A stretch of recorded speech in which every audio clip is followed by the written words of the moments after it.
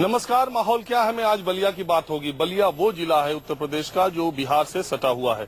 बलिया की पहचान मंगल पांडे पूर्व प्रधानमंत्री चंद्रशेखर की वजह से होती है और सियासत यहाँ के लोगों के खून में बसा हुआ है।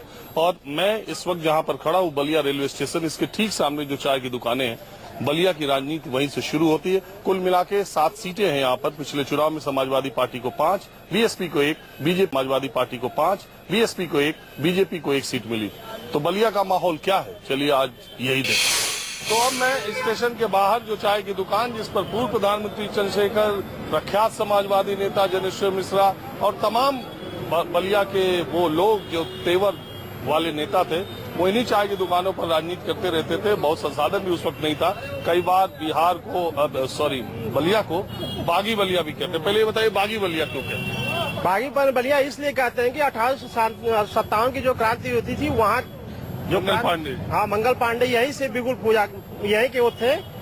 क्रांति का जन्म जो है यहीं से शुरुआत हुआ था मंगल पांडे के द्वारा। जो आज जो है बलिया पूरा पूर्वांचल उपेक्षित है। पूरा मंगल पांडे के बारे में आप सही जानते भी नहीं कि वो कहाँ थे और कहाँ से शुरू हुआ। यही मंगल पांडे बलिया के थे। ये कहिए मंगल पांडे बलिया के थे। जी पांडे जी बलिया के थे और उनका महत्वपूर्ण योगदान है आंदोलन में, स्वतंत्रता आंदोलन। हम जानते हैं। तो आप ये बताइए कि मैं ये जानना चाहता हूँ कि इसी इलाके में बलिया के इतना राजनीति होती है, ये स्टेशन के सामने ही। जिसको पूछिए, कहिए किसी भी नेता को पूछिए तो कहता कि ये जो है स्टेशन रोड। जी बताइए, क्या पूछना चाहते हैं आप, बोलिए हमसे। आप सब जानते हैं? बिल्कुल बोलिए। यही तो बलिया है, ये बागी बलिया है, चित्तूपाड़ा का बलिया है, बलिदानी बलिया है। यहाँ मोदी का हर समाज में मोदी है और मोदी नहीं तो देश नहीं। तो बड़ी सिंपल सी बात है, पैसा सरकार का लगता नहीं, किसान को खाद नहीं मिलती, आज भी उनका धान आज भी नहीं बिक रहा है। और सबसे बड़ी बात है, हमको न्यायपालिका और राजनीति बेईमान लगते हैं, क्योंकि कोर्ट का एक निर्देश था कि जो सरकारी खजाने से पैसा लेते हैं उनके बच्चे सरकारी विद्यालय में पढ़ेंगे, लेकिन आज किसी पार्टी में ये चीज नहीं है कि हमारे बच्चे सरकारी विद्यालय में पढ़ेंगे। अच्छा ठीक है, ये तो बात हो गई। जरा चुनाव का भी बता देंगे, कुछ है इधर बलिया किसका चल रहा है? नहीं, कुछ नहीं चल रहा, सब जातिवाद पे चल रहा है, एकदम क्लियर। बेशक पूरी तरह से जातियों पे बटी है पार्टियां, किसी की लहर नहीं। लहर का हवा भी नहीं, लहर तो दूर है।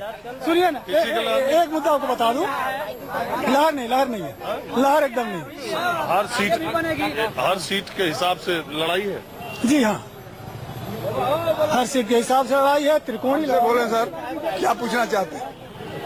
आप आए क्या बताने के लिए? नहीं, आप जो पूछेंगे उसका जवाब हम मैं अपने मन से। अरे हम हिलेरी क्लिंटन और डोनाल्ड ट्रंप के बारे में थोड़ी आपसे पूछेंगे। ये बलिया का चुनाव, यहाँ लहर किसी के नहीं है, लेकिन समाजवादी पार्टी की जीत है बलिया में, ये सब मान लीजिए। मैं 76 साल की मेरी उम्र हो गई, हमने बहुत से चुनाव देखे, एकदम गारंटी के साथ मैं कह रहा हूँ ये जीत। और बोलो, और ये चेहरा ये पहचाना हुआ है आपका। बलिया में हमको परिवर्तन चाहिए, देश का विकास चाहिए, जिले का विकास चाहिए, गांव का विकास चाहिए। अच्छा, ये जो सदरी आपकी, ये दोनों तरफ से पहन सकते हैं ना? जी सर, नहीं एक तरफ पहन सकते हैं, दोनों तरफ से इसका उसी तरह बनाया गया है, लेकिन पहनने के लिए इधर कपड़े खासकर जाड़े के ऐसे बहुत मिलते हैं जो आप 2 in 1 दोनों तरफ से पहन सकते हैं। जी सर। देखिए ये इधर से भी पहन सकते हैं, दोनों तरफ से पहन सकते हैं। जी सर, इसी तरह पार्टी भी बदलते हैं इधर के नेता लोग रोज बदल रहे हैं सर, रोज बदल रहे हैं लोग, हर साल बदल रहे हैं सर, हर 5 साल पर लोग पार्टी बदल रहे हैं और लोगों को पीछे वाले। बताइए किसका यार वो है? आप पिछली बार किस, एक मिनट, पिछले चुनाव किस पार्टी में थे? पिछले चुनाव में हम सपा में थे सर। इस बार हम भाजपा में हुए। 2 in 1 वाला काम। जी हाँ, चलिए समझ गया मैं, आपके सदरी पहनने की स्टाइल से समझ गया कि आप एक तरफ रहने वाले नहीं है। जब नेता लोग नहीं रहे, मंत्री लोग नहीं रहे, पूछिए। फिर भी आप फिर पूछने लगे, पूछिए। अरे आप बताइए। बीजेपी की सरकार आना जरूरी है। अच्छा, बहुत जरूरी है, क्योंकि इनको तो प्रधानमंत्री 10 बरस पहले होना चाहिए था, 10 बरस पीछे हो गए। अभी प्रधानमंत्री होने से देश का विकास बढ़ेगा। 10 वर्ष पहले तो मुख्यमंत्री नहीं बन रहे थे वो। लेकिन बनना चाहिए तो ये हम लोग को भूल है। आप क्या कह रहे थे, भाजपा ने क्या गलती की? वो भाजपा जो कुछ जगहों पर जो पहले से कैडर थे उनके जगह पर थोड़ा उनसे जो है हल्के लोग जो थे उनको कहीं कहीं पर टिकट दे दिया। जैसे सिकंदरपुर में वहाँ संजय यादव जो हैं वो देवरिया के रहने वाले हैं, वो थोड़ा बाहरी हैं। वहाँ जो है अरविंद कुमार राय हैं जो पहले से कैडर थे। वहाँ राजधारी सिंह पूर्व मंत्री थे। वहाँ भगवान पाठक जो है वहाँ पूर्व विधायक थे। इनको यदि टिकट मिला होता तो आपको ये पूरा पैनल पता है तो बीजेपी वालों को क्यों नहीं पता चल पाया? अब बीजेपी कहीं से जो है उनका संग साथ होगा, कहीं से अपना टिकट जो है दे दिए, कहीं उनका लगाव होगा, कहीं उच्च नेता से उनके आधार पर जो है टिकट दे दिया। बलिया वालों को काम से लेना ही देना क्या? चंद्रशेखर जी प्रधानमंत्री बने, इतने बार सांसद बने, क्या किए बलिया के लिए? कुछ किए? नाम है ना चंद्रशेखर, बलिया चंद्रशेखर के जी के ही नाम से बलिया जाना जाता है। नाम पर लोग मरते हैं, समझ रहे हैं ना? मेरा ये कहना है कि विकास कोई मुद्दा मुझे लगता नहीं है। विकास विकास यहाँ कुछ नहीं हुआ है, समझे आप? विकास कुछ नहीं हुआ है। चारों तरफ देख रहे हैं रोड इसी तरह से यहाँ से गाजीपुर से बनारस तक ऐसे के ऐसे पड़ी है। विकास कोई यहाँ कर रहा है? सब लूट रहे हैं, सब नेता सब लूट रहे हैं। ये भरत सिंह जो सांसद 2.5-3 साल हो गया, इनका क्या रिपोर्ट कार्ड है? ये भी ठीक है, हाथे हुसे कर रहे हैं, हाथे हुसे कर रहे हैं सिन्हा साहब के साथ और वो शाह साहब के साथ, और उन्हीं लोगों की वजह से ये जीते हैं, समझ रहे हैं? उधर भूमियारों का मोहम्मदाबाद में बेल्ट है भूमियारों का, और इधर नहीं तो जीते थोड़े ना होते। वहाँ मोहम्मदाबाद से बहुत ज्यादा लीड थी इनकी, और नीरज शेखर के कुछ आपसी ठाकुर लोग सहयोग नहीं किए, नहीं तो ये जीते थोड़े न होते। ऐसे सब मिलाकर ठीक है, यहाँ कोई काम हम नहीं कर रहा है। तू चर हमहू चरी, चरे के आजादी बा, आ चरल भैया उनकर देखा जिनका ऊपर खादी बा, समझ रहे हैं ना? यहाँ कोई जो भी नेता है ना, कहीं कुछ कहाते नहीं थे, अब पजरवे को लोग चिन्हाते नहीं थे। नेता या जो आगे हम है उसको जनता का हित सोचना चाहिए, लेकिन जनता का हित कोई नहीं सोच रहा है। सब अपना जितने पेटवा फूल जाओ, समझ रहे हैं? कोई यहाँ सब बेकार है, और ये कहना गलत है कि फलाना ठीक है, फलाना ठीक है। जो भी आएगा वो अपना पेट भरेगा। ये जो अखिलेश ने 2 मंत्री बर्खास्त किए थे, नारद राय, अंबिका चौधरी, उनका क्या हालचाल है? नारद राय कुछ 3rd नंबर पर हमारे समझ से, जहाँ तक हमारा मिजाज है, 3rd नंबर पर रहेंगे। हाँ, क्योंकि जो मोहम्मदन और अंबिका चौधरी वो फेल बना,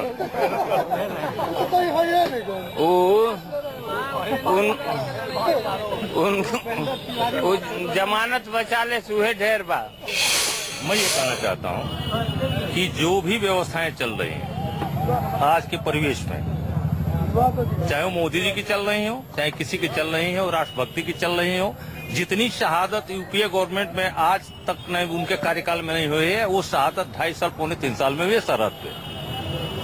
किसी लेखक ने लिखा था, किसी कवि ने लिखा था, कभी जाते हैं हमारे मोदी जी तो कहते कि मैं चाय वाला हूँ, कभी कहते कि मैं चौकीदार बन के आया हूँ। उसमें 2 पंक्तियां आपको मैं सुना रहा हूँ, जैसे कि हमारे चाचा जी सुनाए थे कि बाहर देश के चौकीदार, विजय माल्या नाक के नीचे से हो गया फरार बाहर देश के चौकीदार, तुमसे अच्छा था वो चुप रहने वाला सरदार बाहर देश के चौकीदार,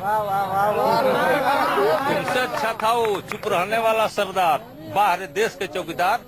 एक उतरन 1 कोट 4.5 करोड़ रुपए में नीलाम होती है, और वहीं छत्तीसगढ़ में मारे गए हमारे शहीदों की वर्दियां 4 दिन कूड़े के ढेर में पड़ी रहती है। ये कोई राष्ट्रभक्त और कोई राजनेता इस चीज की आवाज नहीं उठाता है।